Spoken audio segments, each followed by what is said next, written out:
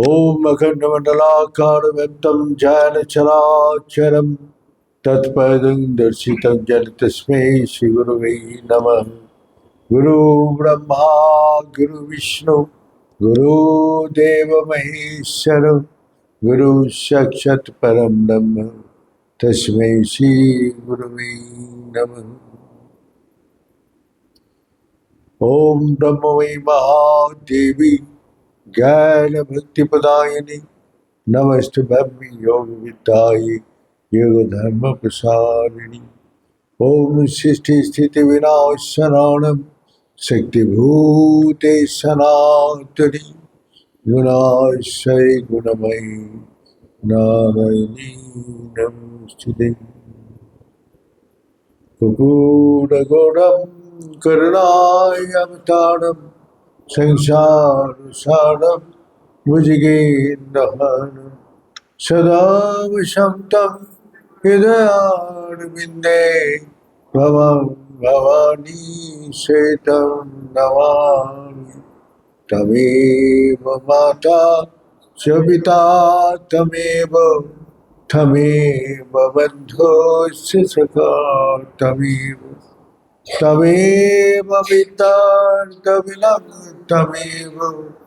तमेव सर्वं मम देव देव। ॐ पूर्णमदः पूर्णमिदं पूर्णात् पूर्णमुदच्यते पूर्णस्य पूर्णमादाय पूर्णमेवावशिष्यते। ओम शांति शांति शांति। नारायण हरि ओम नारायण हरि ओम। शिव शिव हर हर शिव शिव हर हर नारायण हरि ओम नारायण हरि ओम। परमात्मा अंतर्यामी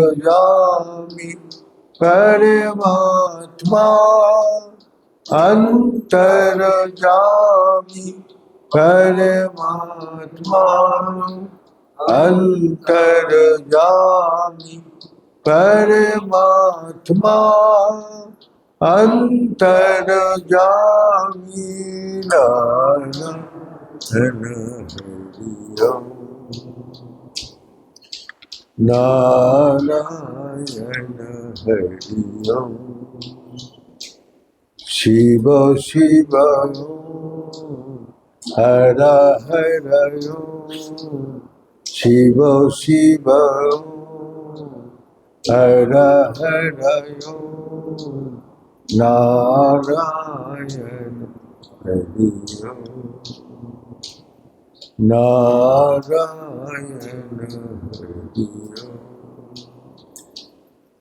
नारायण हरि ओम। राजा जनक के दरबार में हमेशा आध्यात्मिक बातचीत जिज्ञासा वो सवाल लगता था, जो उसको उत्तर देगा उसको उसने पुरस्कार देते हैं। कभी माने उसमें धन क्या था, गाय था, गाय उसको दान कर दिया। और गाय के ऊपर क्या है, उसको सिंग में वो सोने का बाट लगा के देता था। तो इसी प्रकार जो याज्ञवल्क्य की सब ब्रह्म ज्ञानी उसको दरबार में था। अब राजा जनक ने वो जो भी सवाल रखता था अपना याज्ञवल्क्य उसका उत्तर देके सारी चीज ले जाता था। तो सारे ले जाके आश्रम में ले जाता था।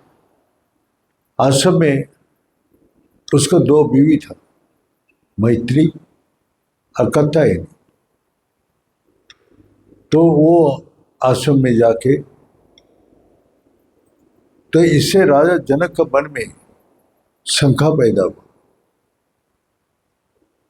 उस संशय में आ गया,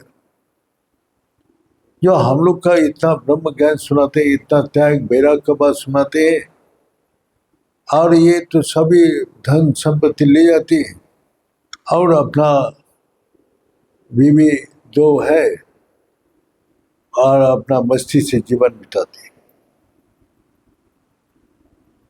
तो राजा जनक का माफिक, जो इतना ब्रह्म ज्ञानी था, बाद में ब्रह्म ज्ञान हुआ, लेकिन पहले आम आदमी का माफिक उसका बुद्धि था। और उसी ने संशय हर भक्त के हृदय में है, ये मेरे को पता है। पूर्ण रूप से विश्वास आते हैं और चला भी जाते हैं, ये टेम्पररी है। पक्का विश्वास जब तक वो ब्रह्म शक्ति का अनुभूति नहीं होगा, तब तक उसका पक्का विश्वास नहीं हो सकते। ये कच्चा विश्वास है, कभी डाउट होगा, कभी विश्वास होगा। तो संशय क्या क्या, याज्ञवल्क्य को पूछ लिया राजा जनक, जो आप जो त्याग और वैराग का बात सुनाते हैं, तो उसका स्वरूप क्या है? तो उसने बोला, हम 2 दिन बाद उत्तर देंगे। इस सवाल का उत्तर मैं 2 दिन बाद दूंगा राजन, क्योंकि तुम्हारा मन में जो शंका पैदा हुआ वो मैं जरूर निवृत्त करूँ, क्योंकि हर आदमी का मन जो है नीचे की तरफ है, वो संशय में जर्जरित है। इसी प्रकार उसको 2 दिन बाद जब आश्रम गया, याज्ञवल्क्य ने 2 दिन का टाइम दिया, तो बुलाया, मैत्री को बुलाया, ये देखो मैं 2 दिन बाद ये आश्रम छोड़ के चला जाऊंगा, तो आपको ये धन संपत्ति जो है आप दोनों हिस्सा कर लो। तो उसने बोला, जो प्रभु आप जो ये धन संपत्ति दे रहे, इसमें क्या शांति सुख आनंद है? बोले नहीं, 3 काल में नहीं है, इसमें शांति सुख आनंद नहीं मिलेगा। दिखाई देते है कि शांति सुख है, लेकिन नहीं है इसमें। तो फिर बोला, ब्रह्म ज्ञान में एक बात तो शांति सुख। तो बोला, मेरा को शांति चाहिए, मेरा को ये धन संपत्ति नहीं चाहिए। एकांत में ले गया, एकांत में ले जाके उसने मैत्री को अपना ब्रह्म ज्ञान दिया, और वही युक्ति से उसको समाधि हो गया। तो समाधि होकर निरंतर उस आनंद और शांति और विश्वास पूर्ण रूप से प्राप्त किया। और कात्यायनी को बोला, जो तू दे के धन संपत्ति तो ले ले, मैत्री तो नहीं लिया। तो खुश होकर बोला, नहीं नहीं, हाँ मेरे को कुछ नहीं चाहिए, मेरे को यही सब चीज चाहिए। दे दिया। देखे राजा जनक के दरबार में याज्ञवल्क्य एकदम दिगंबर होके गया। राजा जनक, ये देखो, ये है त्याग और वैराग का लक्षण। त्याग और वैराग का। तो बोला, गुरुदेव आप चलिए बैठिए। बोला, मैं आज गुरुदेव किसी का गुरुदेव नहीं हूं, ना मैं किसी का पिता हूं, ना किसी का स्वामी हूं, ना किसी का। तो मैं गुरु ना शिष्य, मैं सच्चिदानंद रूपम शिवहम शिव। मैं आज सच्चिदानंद स्वरूप, सचित आनंद स्वरूप, वही शिव। शिव माने स्थिर। तो मैं आज ये धन संपत्ति और ये सब कुछ भी, सब कुछ मैल कमा भी त्याग करके चला गया। तो तुम्हारा राजा जनक, राजन, तुम्हारा मन में जो शंका आया उसको तुम्हारा निवारण करना बहुत कठिन है।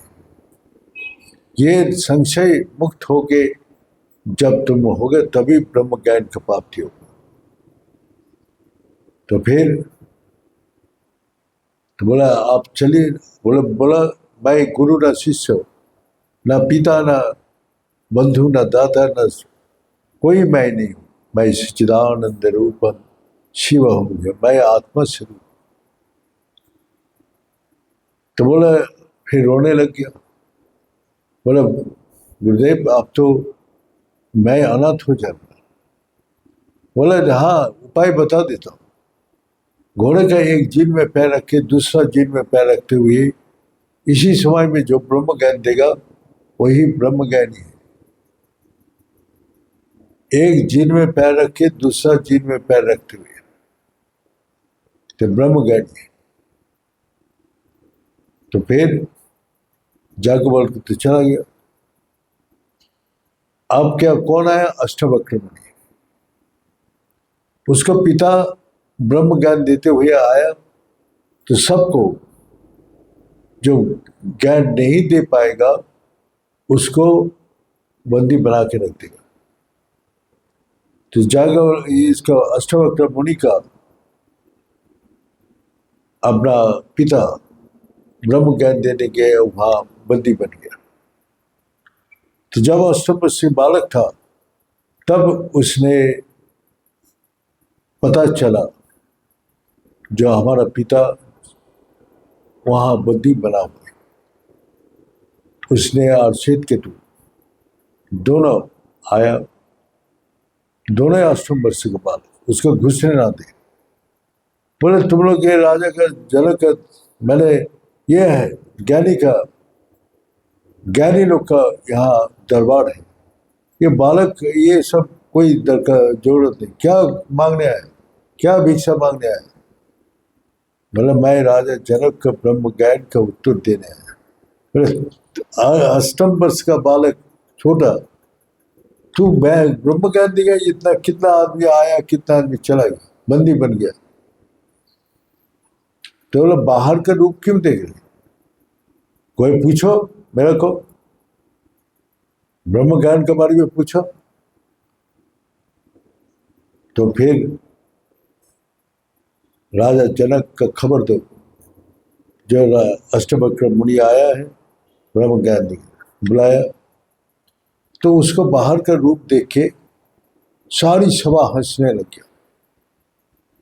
सारी राजा जनक से लेके सारी सभा हंस रहे। जितना ब्रह्म ज्ञानी बन के बैठा हुआ तो सब भी हंस। जब वो लोग हंसी बंद कर दिया तो अष्टवक्र मुनि और श्वेत केतु दोनों हंसने लगा। हाँ हाँ करके दोनों क्या देखा क्या हंस रहे। तो राजा जनक को बालक का हंसी का ये देख के वो पूछा, ये आप लोग, हमारा हंसी के पीछे एक रीजन है, लेकिन आपका हंसी के पीछे क्या रीजन है? तो बोला आपने हम लोग को देख के क्यों हंसा? बोला आपका अष्टांग ठेला है, कुरूप देख के हम लोग ऐसे ये ब्रह्म ज्ञान देने आया। तो राजा जनक जो बाहर का रूप देखते हैं, कौन देखते हैं? चमार। चमार क्या देखते? चमड़ा का ये देखते, कितना माप होता है, कितना ये देखते। तो यहाँ तो कोई ब्रह्म ज्ञानी का कोई सभा में नहीं है। सभी क्या है? चमार है। तो सबको प्रेस्टीज में लग गया। तो फिर क्या आपका सवाल है? बोलो। बोले घोड़े के एक जीन में पैर रखे दूसरा जीन में पैर रखते हुए ब्रह्म ज्ञान देना। तो फिर ठीक है, घोड़े का लगाम पकड़ो। राजा जनक को बोल रहे, घोड़े के लगाम को पकड़ो, जीन में पैर रखो। तो राजा जनक बोलते घोड़ा कहाँ है, लगाम कहाँ है, जीन कहाँ है, पैर में रखूं? तो बोला आप तो खुद ब्रह्मज्ञानी बन के बैठे हैं, आपने जितना को आपने ये किया, संशय उत्पत्ति हुआ अज्ञान से। संशय कहाँ से उत्पत्ति होता है? अज्ञान से, जिसका बारे में आपको ज्ञान नहीं है। और संशय आत्मा विनाशति, संशय आपको विनाश कर दिया। तो राजा जनक इतना सभा में सबको बोल रहे, बोलो लगा घोड़े का लगाम पकड़ो। घोड़ा न लगाम न जिम में पैर कहाँ रखेंगे? तो बोला राजन तुम्हारा कोई ज्ञान ही नहीं है, तुम अज्ञान से तुम्हारा ये संशय पैदा हो रहा है। जब तक ज्ञान नहीं होगा तब तो तुम्हारा संशय मिटेगा नहीं। तो बोला कैसे होगा ज्ञान? बोला मेरा चरण सेवा करो और 6 महीना सत्संग सुनो। मैं बोल रहा हूं, सत्संग सुना। सत्संग सुनने के बाद बोला ठीक है, अब मैं ब्रह्म ज्ञान के लिए तैयार हूं। ब्रह्म ज्ञान रहेगा तो अपने में नहीं रहोगे,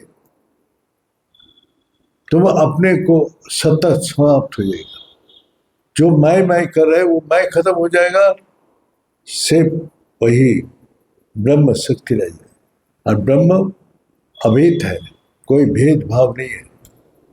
तो आपका ज्ञान तो भेद अभेद दर्शनम ज्ञानम। जब भेदभाव गुरु शिष्य पिता माता ये बंधु सगा सब एक हो जाते हैं तो अलग कोई नहीं है। आत्मा के अंदर कोई रूप नहीं है, सबका अंदर ही तो आत्मा है। आत्मा का क्या रूप है? तो नहीं है। तो फिर बाहर का रूप देख के आप विचार कर रहे। तो इसीलिए आप मेरे को गुरु दक्षिणा पहले दे दो। क्या गुरु दक्षिणा चाहिए? तन, ये शरीर, मन और धन, ये तीनों चीज मेरे को दे दो। ये मेरा गुरु दक्षिणा। राजा जनक तब ब्रह्म ज्ञान के लिए तैयार हो गया था। बोला ठीक है मैं दे देता हूँ। और देने के बाद उसने बोला क्या दिया तुमने? ये देहो, जो मौल का पिंड है, देहो छोड़ने के बाद इसका गल जाएगा, सड़ जाएगा, दुर्गंध आएगा। ये देहो क्या तुम खूब अच्छा चीज दिया? ये खून मीट हड्डी का शरीर है, इसका सारी देहों से मल निकाल रहे, इसका दुर्गंध है। तो मेरे को ये शरीर रूपी मलायतन मेरे को दान किया। मन जो तुमको हर वक्त संशय में डाल के रखते, हर तरफ दूसरा तरफ ले जाते, इस संसार में तुमको आसक्ति बना के रखते हैं। जो तुम्हारा घोर शत्रु तुम्हारा कौन है? तुम्हारा मन। तुम्हारा मन ही सबसे बड़ा शत्रु है। मन को बात सुनते हैं तो वो संशय में डूब जाएगा, अज्ञान में डूब जाएगा। उस मन को बात ही नहीं सुनना, मन को छोड़ दो। तो मन को छोड़ने के बाद क्या रहते? तुम्हारा आसक्ति कहाँ है? धन में। धन संपत्ति राजा ये मान प्रतिष्ठा में तुम्हारा आसक्ति। इसीलिए तुमने जितना धन है सब दे दो, मैं फकीर हो गया। तो राजा जनक वो सब कुछ दे दिया।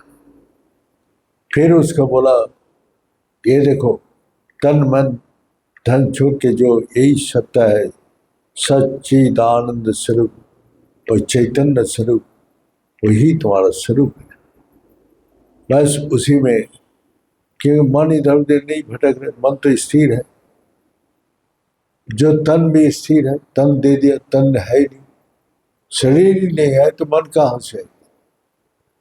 और धन का कोई उपयोग नहीं है। वहाँ सतत आनंद है, सतत शांति है, वहाँ और अलग से कोई जरूरत ही नहीं है। इस प्रकार राजा जनक को अपना ब्रह्म ज्ञान थी। जब ब्रह्म ज्ञान हो गया तो उसको परीक्षा लिया। घोड़े का जीन में वो लगा रहे थे उल्टा, उसका परीक्षा लेने के लिए। और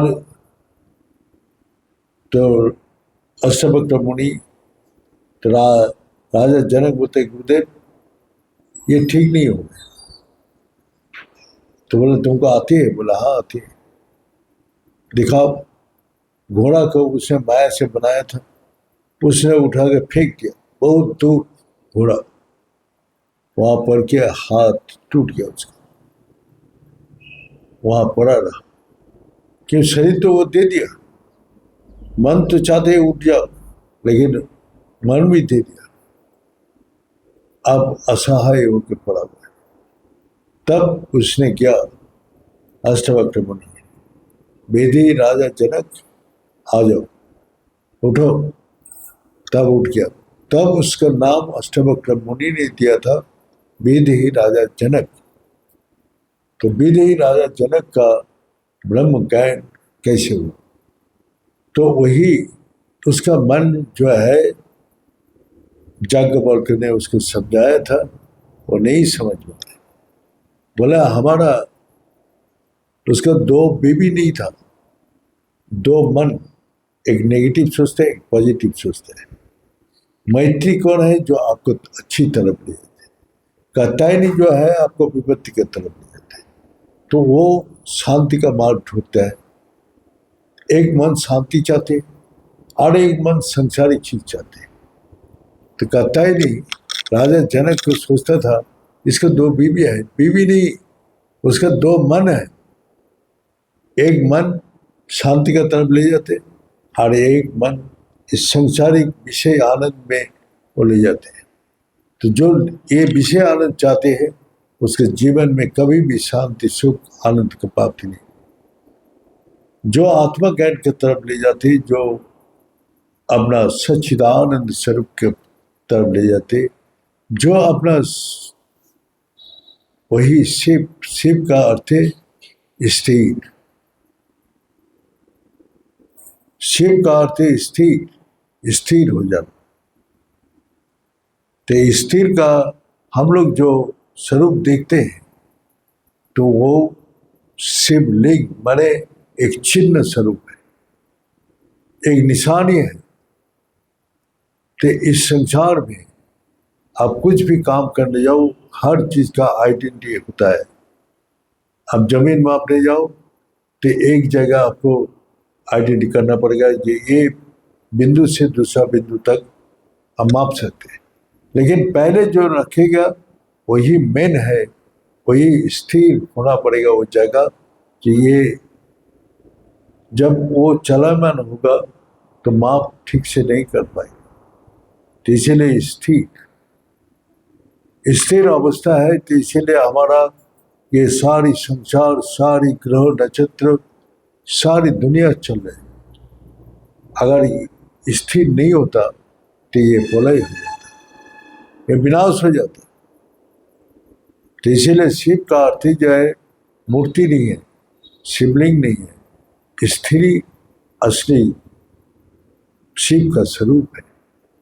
आपका मन बुद्धि इंद्रिया स्थिर कर, तो स्थिर करने से आपका अंदर वो शक्ति जागृत होती है। जैसा सूरज का किरण सब जगह पर है, लेकिन उसको प्रतिक्रिया नहीं दिखाई दे रही। तो आपको एक मैग्नीफाइंग ग्लास लगाओ, एक बिंदु बनाओ, अगर बिंदु हिलता है तो कोई रिएक्शन नहीं दिखाई देगा। अगर बिंदु स्थिर हो गया तो उसी टाइम आग चल जाएगा। तो स्थिर अवस्थाएं आदमी को शक्ति और ज्ञान और आनंद की प्राप्ति होता है। मनुष्य सोचते हैं आप मन बुद्धि से जितना भी काम करो इससे शांति में नहीं होगा, और भी बिगाड़ती जाएगी। जब तक आप स्थिर नहीं हो। तो इसीलिए हम लोग दिन मान काम करके जब थक जाते हैं तो जाके आराम से सो जाते हैं, तो स्थिर हो जाते हैं। और शिव का ई का कर दो तो सौंप बन जाते हैं। तो आप सोते टाइम स्थिर अवस्था आ जाते, आपका देह मन बुद्धि ये संसार कुछ भी नहीं रहते, तो आराम से शांति से सो रहे। स्थिर अवस्था भी शांति है, आराम है। तो इसीलिए शिव का अर्थ जो है सबसे ज्यादा शक्ति उसी में मिलता है। इसीलिए बोलते हैं ओंकार बिंदु संयुक्तम नित्य धायंत जोगिनम, तो बिंदु में स्थिर है, तो उसमें सारी शक्तियां अपना आप ही प्रचलित होता है, और वही शक्ति ब्रह्म शक्ति होके बाहर प्रकाशित होता है। तो इसलिए आपको सबसे ज्यादा ये है, अपना संसार में जितना भी प्रकार के रखोगे तो मन में संशय आएगा ही आएगा, हजारों संशय आपको पैदा कर देगा। और संशय आत्मा बिना सती, संशय आत्मा कभी भी ज्ञान प्राप्ति नहीं कर सकते, वो विनाश होगा ही होगा, 100% श्योर। और वही संशय क्या करेगा, वो सोचते सोचते डिप्रेशन होगा, उसको बुद्धि काम नहीं करेगा, उसका मन विचलित रहेगा हमेशा, वो विकारग्रस्त हो जाएगा मन, पागलपन जिसको होता है, और शरीर उसको भूल जाएगा, सब कुछ उसको काम में सामान रख के भूल जाएगा, इधर उधर जाएगा तो भूल जाएगा, कहाँ जाना था वो भी भूल जाएगा, तो सारी काम ही बंद है। शरीर से काम लेगा तो भूल जाएगा। तो हम लोग का गुरु जी 10 काम दे देता था, देखता है इसका आईक्यू कैसा है, तो वो बोला गिलास से 1 गिलास पानी दो, वो कंघी शीशा दो, वो अपना बैग दो, 10 काम एक साथ बोल देते। कौन से काम पहले करना चाहिए, हम लोग का आईक्यू देखता है। अगर साधना कर रहे हैं तो उसका आईक्यू बहुत तेज होगा, और नहीं तो वो उल्टा पल्टा करते रहेगा, बोलेगा काम भूल जाएगा। तो हम लोग को बोलते तुम लोग तमोगुणी है, सब भूल जाते, तुम लोग का याद ही नहीं होता। तो क्या है कॉन्शसनेस, माने पूर्ण एनर्जी साधना में आते, तो एक एक बात तुमको याद रहना चाहिए। तुम कैसे भूल गए, इसमें तुम्हारा अनकॉन्शियसनेस है, तुम कॉन्शियस नहीं है, तो साधना ठीक से नहीं हो रही। साधना होने से अपना हर चीज में वो परफेक्ट होगा। उसको वही गुरु जी बोलता था कि देखो तमोगुणी का भक्त का लक्षण क्या है, उसको जो बात बोलोगे वो करेंगे, जाएंगे, देख लेंगे।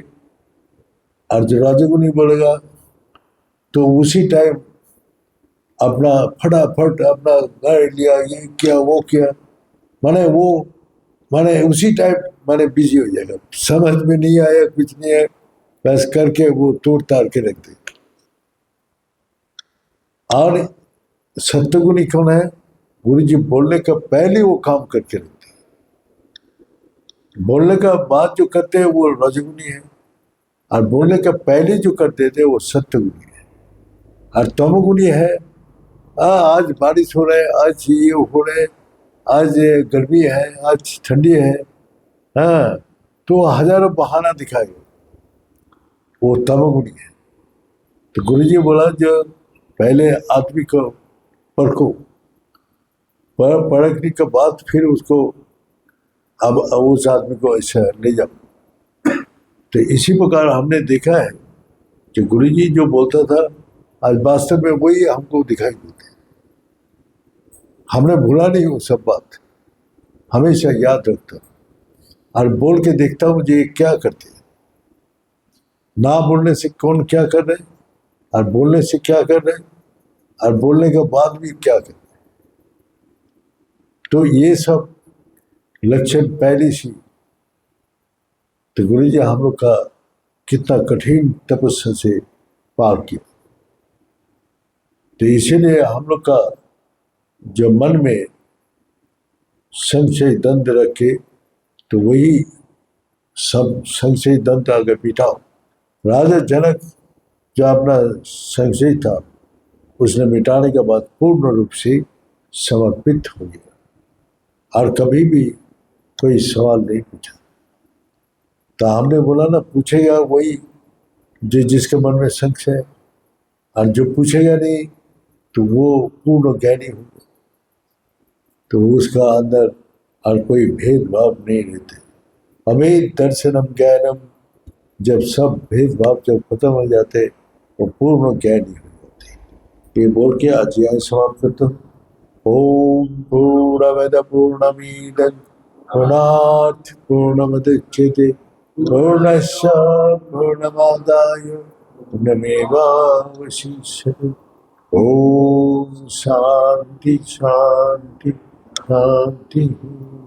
भले सच्चे दरबार की, भले सदगुरु भगवान की, भले शंकर भगवान की, भले माता जगदम्बे की, भले भक्त बिंदो की, भले संत बिंदो की, भले सनातन धर्म की, भले धर्म की और धर्म का प्राणियों में विश्व का।